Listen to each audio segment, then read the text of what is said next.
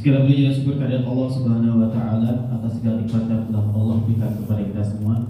Nikmat iman, nikmat Islam, dan nikmat di mana Allah masih memperkenankan kita, mengizinkan kita untuk dapat melaksanakan sholat zuhur berjamaah, dan setelahnya kita lanjutkan dengan mengikuti acara Walimatus Safar, yaitu pelepasan keberangkatan pegawai kanwil di JP Jakarta Selatan 2 yang akan melaksanakan ibadah haji.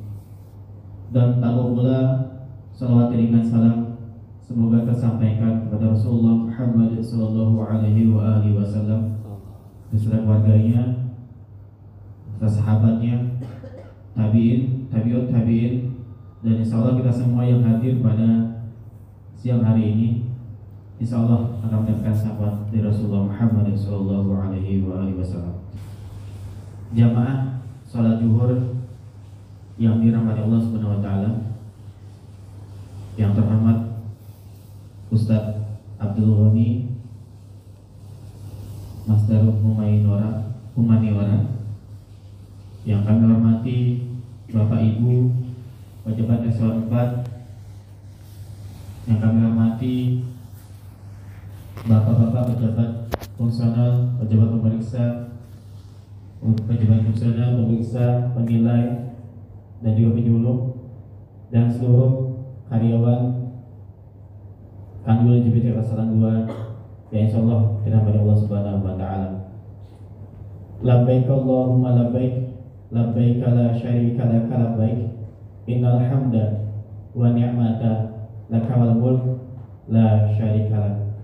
Merupakan ungkapan kalimat talbiyah yang insya Allah di akhir bulan nanti, kalau kita hitung secara masehinya dan kalau secara hijriahnya, insya Allah sekitar tanggal 9 dan 10 Zulhijjah dan seterusnya akan selalu terlantunkan kalimat talbiyah di kota Mekah, yang dimana menandakan bahwa musim haji akan datang dan akan berlangsung.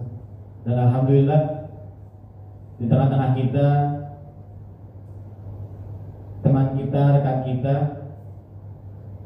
ada yang pada tahun ini Allah izinkan untuk dapat melaksanakan ibadah haji, yaitu ada Ibu Siti Subardini yang saat ini kepala seksi di bidang P2 Humas, dan juga ada Ibu Monlin Kuntari yang merupakan penelah keberatan di seksi keberatan banding dan umrah, di bidang keberatan banding dan umrah. Kita doakan semoga pelaksanaan ibadah haji untuk khususnya rekan kita dan secara umumnya seluruh jamaah yang melaksanakan ibadah haji pada tahun ini Allah berikan kelancaran dan semoga menjadi haji yang mabrur dan mabrur. Amin, amin ya rabbal alamin. Kami sampaikan bahwa adapun tertib acara yang akan kita lalui dalam beberapa waktu ke depan, yaitu yang pertama yaitu pembukaan, yang kedua yaitu pembekalan yang akan disampaikan oleh Dr. Abdul Ghani, Ustadz Dr. Abdul Ghani, yang dilanjutkan dengan doa, dan selanjutnya yang penutup. Untuk mengawali acara kita pada siang hari ini, mari sama-sama kita membuka dengan baca suratul Fatihah. Al-Fatihah. A'udzubillahi minasyaitonir rajim. Bismillahirrahmanirrahim. Alhamdulillahirabbil alamin. Arrahmanir rahim. Maliki yaumiddin. Iyyaka na'budu wa iyyaka nasta'in. Ihdinas siratal mustaqim. Shiratal ladzina an'amta 'alaihim.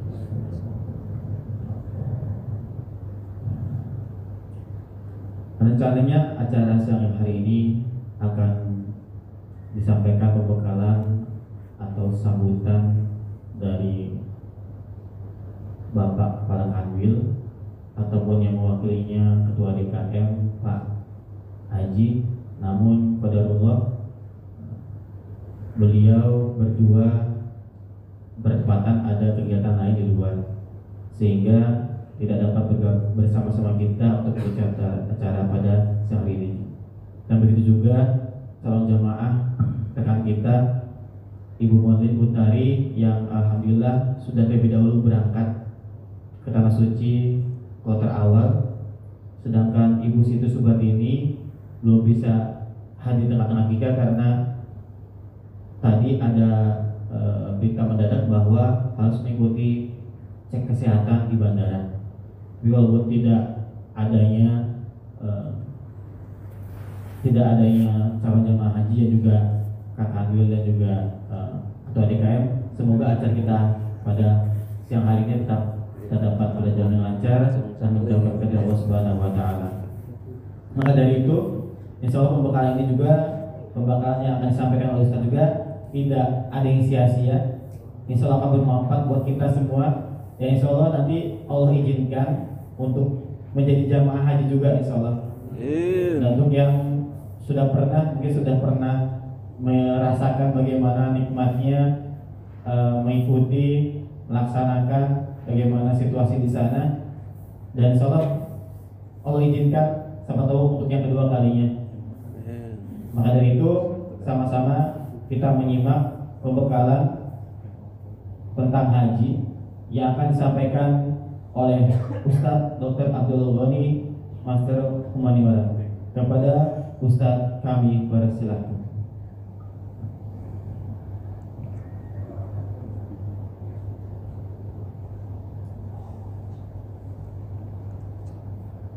Bismillahirrahmanirrahim.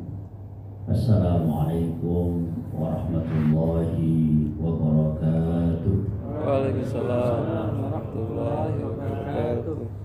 Alhamdulillah, wassalatu wassalamu ala rasulillah wa ba'du. Jamaah salat duhur masjid fi sabilillah yang dirahmati Allah Subhanahu wa Ta'ala. Di antaranya yang baru saya kenal Bapak Tri dan Pak Ali ya, insyaallah, dan seluruh jamaah yang mudah-mudahan siang hari ini kita sedang dirahmati, disayangi dan diberkahi Allah Subhanahu wa Ta'ala. Rupanya pengantinnya nggak hadir, tapi mudah-mudahan ya, walaupun tidak bersama hati kita, terpaut untuk bisa saling mendoakan satu sama lain. Amin ya Rabbal. Kita dedikasikan hidup kita untuk ibadah kepada Allah. Itulah yang Allah wasiatkan kepada kita di surat Ad-Dariyat ayat 56, ketika Allah berfirman, wa ma khalaqtul jinna wal insa illa liya'budun. Aku tidak menciptakan jin dan manusia, dan tentunya setelah diciptakan dengan berbagai anugerah, fasilitas, kenikmatan, aku tidak lakukan itu semua kecuali agar mereka melaksanakan risalah, misi yang paling besar, yaitu ibadah kepada Allah SWT. Nah, sampai kapan ibadah ini kita jalankan? Apakah ketika Ramadan saja? Setelah keluar Ramadan selesai? Apakah Zulhijjah saja? Setelah itu pensiun? Oh enggak. Allah memberikan risalah itu, tugas dan peran itu sampai kapan? Wa'bud rabbaka hatta ya'tiyakal yaqin. Beribadahlah kamu kepada Allah Subhanahu wa Ta'ala. Isilah hidupmu dengan ibadah, dengan berbagai bentuknya. Sampai kapan? Sampai datang perjumpaan kita kepada Allah. Al-yakin di dalam ayat itu diartikan al-maut. Sampai kita meninggal dunia, sampai kita menghadap kembali kepada Allah bahwa tugas ini sudah usai, misi ini sudah finish, kita laksanakan. Baru setelah itu apa yang Allah amanahkan sudah tuntas. Karena itu ibadah yang kita lakukan, jamaah dirahmati Allah Subhanahu wa Ta'ala, harus memenuhi dua syarat. Seluruh ibadah haji, ibadah sholat, ibadah zakat, puasa, kurban dan seterusnya. Yang pertama adalah khalisah lillahi ta'ala. Lakukan semuanya karena Allah Subhanahu wa Ta'ala. Apapun ibadah yang kita lakukan. Di dalam satu kitab Al-Iman karangan Syekh Abdul Majid As-Sindani. Beliau menyebutkan ibadah itu setidaknya ada 3 model. Yang pertama adalah ibadah qalbiyah, ibadah yang kita lakukan dengan hati kita. Hati. Ini nggak kelihatan, nggak nampak, tapi ini yang paling menentukan. Ini yang paling menentukan. Ada apa di sana? Tadi yang paling utama, ikhlas karena Allah adanya di dalam hati. Akidah, keyakinan adanya di dalam hati. Bayar nggak ibadah ini? Nggak bayar, tapi paling menentukan. Ibadah qalbiyah, ibadah yang ada di dalam hati kita, yang dilakukan oleh qalb, hati. Iman, tauhid, ikhlas, semuanya ada di sini. Kemudian ada ibadah yang lain, namanya ibadah lafziyah, ibadah yang dilakukan oleh lisan kita. Berzikir, membaca Al-Quran, baca kalimat-kalimat yang Allah muliakan. Itu lisan kita. Bayar nggak? Nggak bayar ya. Masya Allah. Itu bisa kapan saja, di mana saja. Semua ruang kosong, peluangnya adalah ibadah yang kita lakukan dengan lisan kita. Karena Allah perintahkan dalam surat Ali Imran 191, orang-orang yang cerdas dalam pandangan Allah bukan orang yang tinggi gelarnya. Siapa mereka? Alladzina yadhkuruna Allaha qiyaman wa qu'udan wa 'ala junubihim. Orang-orang yang selalu ingat kepada Allah lagi berdiri, lagi duduk, qu'udan, lagi berjalan. Semuanya kita bisa isi dengan ibadah, dengan lisan kita. Kemudian model ibadah yang lain adalah dengan gerak badan kita. Sholat tadi, silaturahim, kita berangkat, bekerja, itu ibadah kepada Allah Subhanahu wa ta'ala. Itu membutuhkan gerak fisik. Jadi ibadah itu bentuknya beragam, ada hati, kemudian lisan, kemudian ada gerak badan. Nah, semua ibadah ini Allah meminta khalisah lillahi ta'ala, lakukan ikhlas karena Allah. Bukankah itu yang setiap kali kita sholat kita proklamirkan di hadapan Allah? Ketika kita baca doa iftitah, di antara isinya adalah inna sholati wa nusuki wa mahyaya wa mamati. Untuk siapa? Lillahi rabbil, untuk Allah. Itu yang paling pokok. Kalau itu nggak ada, ibarat kita siram air di atas pasir, betapapun banyaknya air itu akan hembus, air itu akan hilang.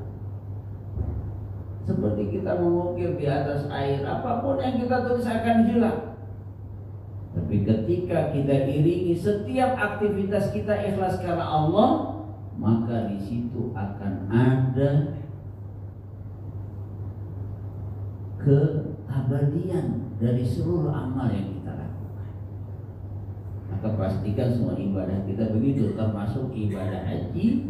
Dalam surat Al-Baqarah 196, apa yang Allah sampaikan? Di ayat 196 Allah menyebutkan wa atimmul hajja wal umrata. Untuk siapa? Lillah. Laksanakanlah haji dan umrah untuk Allah Subhanahu wa ta'ala. Itu hal yang mutlak kita lakukan dalam setiap ibadah. Dalam hadis yang sangat terkenal, innamal a'malu binniyat. Seluruh amal kita itu dinilai pertama kali dengan niatnya. Niatnya untuk apa? Ketika niatnya untuk Allah, balasannya berlipat-lipat. Di surat Al-Bayyinah ayat 5 Allah menyebutkan wa ma umiru illa liya'budullaha mukhlishina lahuddin. Kata Allah, kalian tuh gak disuruh untuk ibadah kecuali untukku, kata Allah. Jadi kalau yang gak karena Allah, khawatir kita hanya dapat lelahnya saja. Ibarat kita kerja di kantor nih kita berangkat setiap hari, tapi di akhir bulan kata bos kita, maaf, kerjaanmu reject pada bulan ini, nggak dapat apa-apa. Enak nggak? Itu aja nggak enak, padahal cuma sebulan.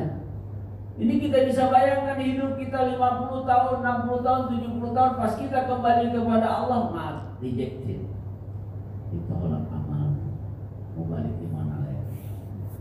Kalau di dunia masih ada kesempatan baik, bulan depan saya perbaiki, bulan depan kinerja saya akan jauh lebih baik. Tapi untuk kepada Allah tidak ada kesempatan yang kedua, karena hidup cuman. Kemudian syarat yang kedua apa, amal? Baik ibadah haji, sholat dan seterusnya. Yang kedua adalah ittiba'u sunnati Rasulillah, mengikuti apa yang dicontohkan oleh Rasulullah. Sholat misalnya, apa hadis yang terkenal? Shollu kama ra'aitumuni. Sholatlah kamu seperti saya sholat, kata Nabi. Maka hadisnya itu nggak ada hadis dari takbir, nggak ada bunyi teksnya, itu nggak ada. Doa iftitah, setelah itu kemudian baca Fatihah, kemudian baca surat pendek, kemudian nggak ada begitu. Hadisnya singkat. Sholatlah kamu seperti saya. Karena itu ketika ada tata cara sholat yang berbeda dengan cara sholat Nabi, otomatis ditolak. Dulu kan ada itu, supaya sholatnya lebih khusyuk. Karena khusyuk adalah satu kesempurnaan dalam sholat. Dia bilang supaya lebih khusyuk kita baca terjemahan saja surat Al-Fatihah, gitu kan dulu ada. Allahu Akbar, dengan nama Allah yang Maha Kasih Maha Sayang, segala puji ketika itu dilakukan tidak sesuai dengan apa yang Nabi contohkan, maka amal itu tertarik. Sholat zuhur 4 rakaat, aduh ingat, pengennya 5 rakaat, nggak bisa. Berbeda dengan apa yang Nabi harus mengikuti apa yang Rasul pernah sampaikan. Termasuk dalam rangkaian ibadah haji dan umroh ada hadis yang pendek. Nabi menyampaikan, khudhu anni manasikakum, ambillah dariku, kata Nabi, cara kamu melaksanakan ibadah haji, cara kamu melaksanakan ibadah umroh. Nah, bersyukurlah jamaah teman-teman yang sudah melaksanakan ibadah haji ya. Sekarang kalau beribadah haji antrinya panjang, apalagi di Jakarta ya, bisa 40 tahun, 50 tahun. Kalau mau langsung agak mahal sedikit ya. Jadi bagi teman-teman kayaknya sih nggak terlalu mahal. Ada haji yang membutuhkan dana ratusan juta rupiah. Tapi yang paling penting adalah kita sudah tahu ini ilmunya. Kapan Allah panggil kita? Labbaik, aku penuhi panggilanmu ya Allah. Siapa tahu ada begitu banyak cara orang dapat melaksanakan ibadah haji. Ada banyak. Tapi yang penting kita tahu bagaimana aturan dan tata cara melaksanakan ibadah haji. Bagi yang belum sedikit lah informasi ya. Ibadah haji itu dimulai tanggal 9 Zulhijjah, ketika orang berkumpul di padang Arafah. Saat kita di Indonesia disunahkan untuk puasa Arafah. Makanya akhir bulan ini agak beda nih ya. Tapi gak apa-apa, sesuai dengan keyakinan ya. Mau tanggal 28 apa tanggal 29, semuanya benar. Yang gak benar nggak puasa, nggak sholat, nggak nyembelih kurban gitu ya. Itu mulai tanggal 9 Zulhijjah wukuf di padang Arafah. dimulai dari ba'da zuhur. Karena biasa ada siaran live itu ya, berkumpul. Kemudian ketika azan zuhur itu mereka melaksanakan sholat zuhur dan asar di apa namanya, di jamak dan di qasar, mengikuti Rasulullah SAW. Itu sholat zuhurnya 2 rakaat, sholat asarnya 2 rakaat. Ini bapak-bapak juga begitu. Jadi kalau mau bepergian, Allah udah kasih dispensasi dengan menjamak sholat zuhur, asar, maghrib, isya, subuh sendirian. Kemudian sampai kapan? Itu sampai terbenam matahari. Ya, jadi kira-kira udah sore. Di sini ada beberapa istilah, ada yang mengharuskan ya setelah terbenam matahari. Kemudian nanti berangkat ke Mina, bermalam dulu di Musdalifah, kemudian bermalam di Mina, kemudian setelah itu lontar jumroh. Tapi yang rukun itu wukuf di padang Arafah itu. Kalau bermalam di Mina, di Musdalifah, lontar jumroh Aqabah, Wusta dan Sughra, itu namanya wajib haji. Kalau rukun haji ditinggalkan nggak sah ibadah haji. Makanya orang dalam keadaan apapun dibawa, walaupun sakit, itu harus dibawa ke padang Arafah. Harus di dalam satu lokasi yang masih disebut dengan Arafah. Perangkat. Makanya nanti yang sakit bawa ambulan macam-macam. Nah kemudian tadi bermalam di Mina, di Musdalifah, lontar jumroh, itu semuanya adalah wajib haji. Kalau ada yang uzur syar'i tidak bisa melaksanakan, hajinya tetap sah tapi harus membayar denda. Nah baru setelah dari sana, setelah wukuf itu kembali ke kota Mekah untuk melaksanakan tawaf. Jadi setelah wukuf, rukun yang kedua adalah tawaf. Rukun yang pertama kali, yang paling pertama adalah niat umrohnya ketika memakai pakaian ihram. Jadi yang kedua wukuf, yang ketiga tawaf. Nah setelah tawaf yang ketiga, yang keempat adalah setelah tawaf 7 kali mengelilingi Ka'bah, apa yang dilakukan? Sa'i dari Safa ke Marwah 7 kali. Safa ke Marwah 1, Marwah ke Safa 2, begitu ya. Nanti puncaknya nanti di Marwah. Itu yang keempat. Nah setelah itu selesai, yang kelima adalah tahallul, cukur rambut. Kalau laki-laki boleh dicukur habis ya. Nah, cuma di sana itu nyukurnya kasar dia, karena pakai banyaknya bisa berdarah-darah. Kalau kita ngeri lihatnya, kalau dia biasa-biasa aja. Saking banyaknya. Nah setelah itu, itulah 5 rukun haji yang harus dilaksanakan. Niat, ihram, kemudian wukuf, setelah wukuf tawafnya, kemudian sa'i dan tahallul. Itu 5 rukun haji. Ada yang menyebutkan 6 ditambah dengan tertib, bahwa semua itu dilakukan nggak boleh acak. Oh saya mau tawaf dulu lah sebelum berangkat. Saya di Mekah, nggak bisa. Rangkaiannya harus seperti itu. Itu rukun haji yang harus dilaksanakan. Kalau tidak dilaksanakan, hajinya tidak sah. Nah, tadi beberapa rangkaian disebut dengan wajib haji. Tadi di Mina, Musdalifah, lontar jumroh, itu semua adalah wajib haji yang kalau kita tidak bisa melakukan karena uzur syar'i, ada ketentuan membayarkan. Itu tata caranya, harus diikuti. Makanya ada yang mengatakan dulu ibadah haji di Jonggol. Itu bukan masalah furu lagi, itu masalah usul. Masalah yang kalau berbeda dia bukan Islam lagi. Kenapa? Karena para ulama tidak berbeda pendapat dalam masalah pelaksanaan ibadah haji.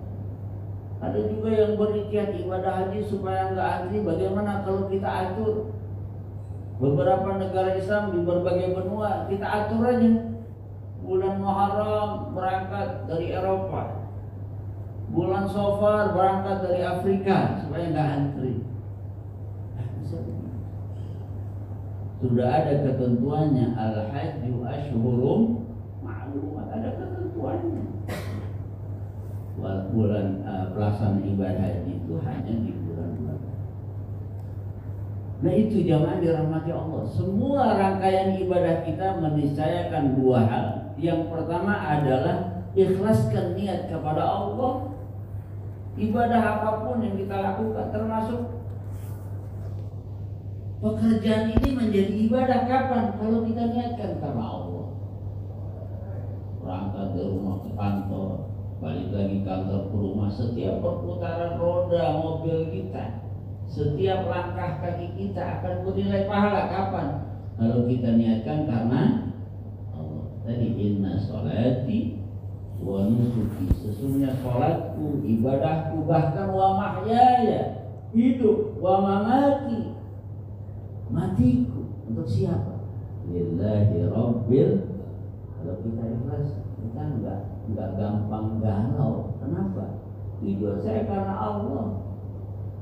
Manusia menghargai atau tidak penting. Yang penting di mata Allah apa yang kita lakukan dikabul. Kemudian yang kedua tadi, lakukan ibadah mahdhah. Ini ibadah mahdhah ya.